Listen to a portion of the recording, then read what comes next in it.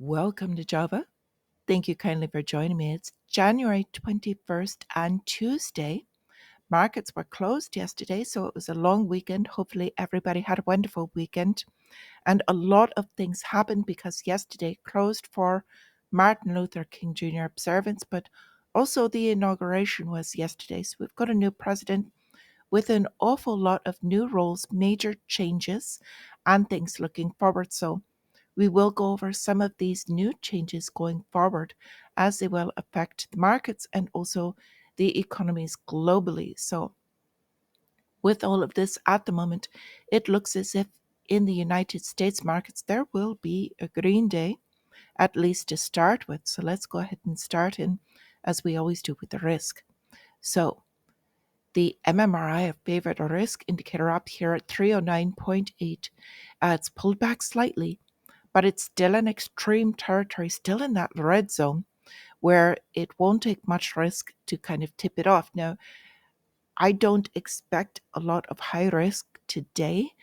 This is just probability, not financial advice. Can't read the future.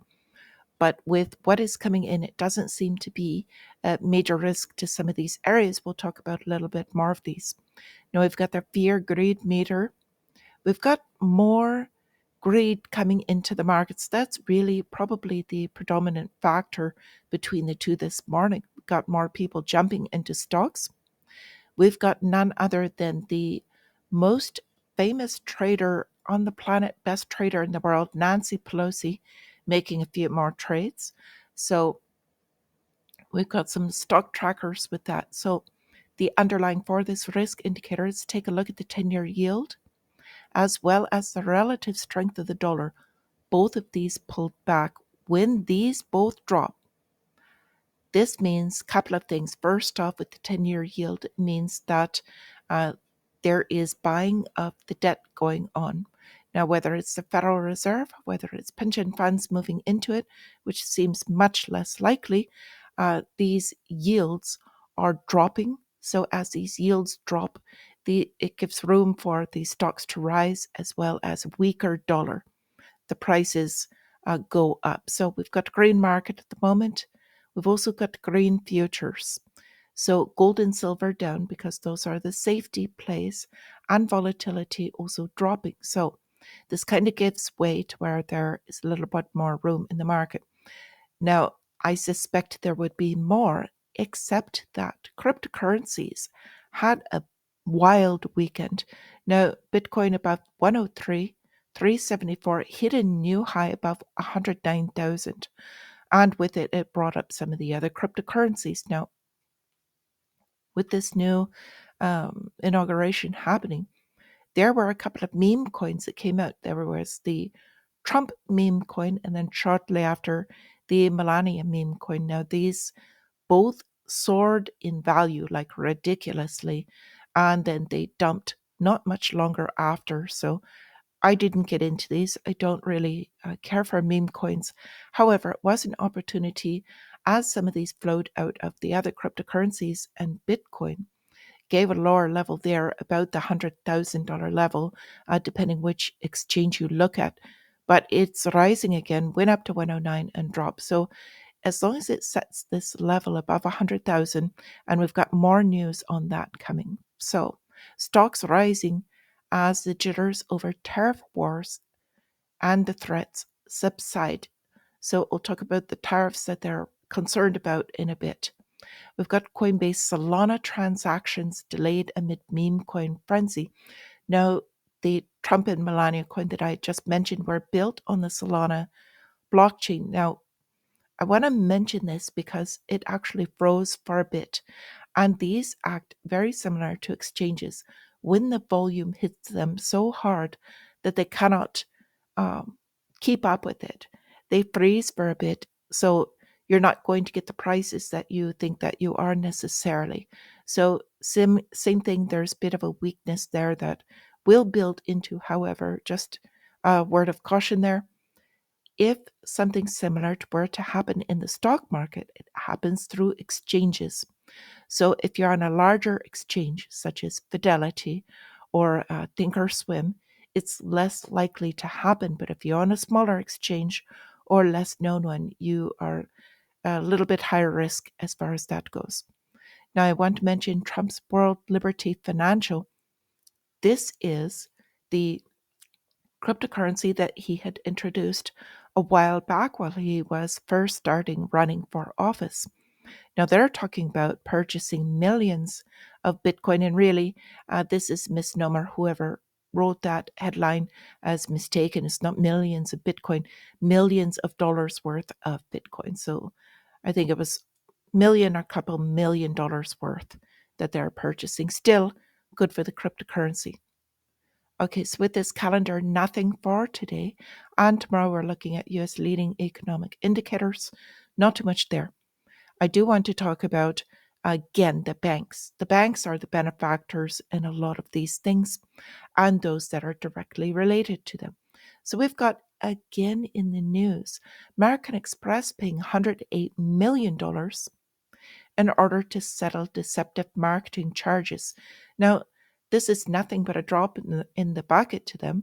Here we've got news about purchasing $1 million worth of Bitcoin is a big deal, but paying 108 to settle deceptive marketing charges, and it's nothing to them. Just to show the scale, the cryptocurrency is still very new and a lot of capital that can flow into these. We've also got Vanguard paying $106 million for violation. So very across the board, it's the cost of doing business to these banks. They can still get away with committing these crimes and just pay the fines and get away with it. Okay, so I would like to go to talking about the tariffs for a moment. Now, Trump had talked about doing tariffs broad spectrum, and this would include China. However, the surprise that came out is that he does plan to impose, beginning February 1st, tariffs on Mexico and Canada. Now, this is to force their hand not just with the trade, but also to onshoring jobs. However, a key note that is a little bit quiet is that the tariffs on China are missing, at least for now. And there is some backdoor deals going on. And a lot of this is because there was a glut for China. They're in severe deflation right now. Now, if this were to get worse, it could act as a contagion of economic proportions and spread to the United States. So I suspect that has a large part to do with it. I'm going to be watching not just the currencies, but also the bond plays a little bit later. China has been a bit of an outlier, and this is for this very reason. So we're going to be watching them. They are on what I like to call Black Swan watch. So very significant in my mind that the tariffs were skipped over China, and this is to allow them to continue some of their exports, get rid of some of their excess, and kind of ease what is going there to help with some of this deflation so it doesn't spiral out of control. Now, this is how it looks when it starts. Back in the United States, Advanced Auto Parts closing more of their stores, more than 700 in 2025. So when you have businesses closing, you're losing your production, you're losing your service sector. That leads to job losses. The job losses create that death spiral. So they're going through this right now, not just between the currency, less purchasing power for people, the job losses, but also their real estate is crumbling. Their loans are defaulting and also in reverse order. So they've got to get this in order. We'll keep an eye on that. Okay. Other news that they're not talking about is the United States is to hit the debt ceiling. And they're talking about if Bitcoin will soar or suffer. Treasury will begin what they're talking about, quote unquote, extraordinary measures, potentially draining their account in development for risk assets. Normally, it will flow into such as Bitcoin. So people have their fear. They start purchasing risk assets like Bitcoins. They can get better return for their money. This is also actually still good for gold. Gold is sitting at a point where it can reverse. So they hit their $36 trillion borrowing cap.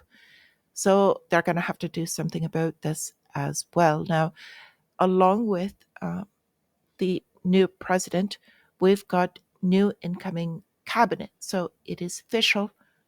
Gensler is now out from the SEC, and they've got now a crypto-friendly SEC chair in.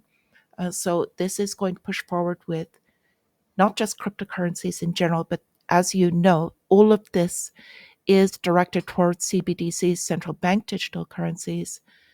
They may call it something else, but stable coins, that's what we're headed towards.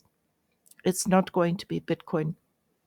They're talking about Bitcoin Reserve, but they're also very quietly forgetting about it as well. They're going to be moving in stable coins. The Bitcoin was just to get people to accept it, if you will.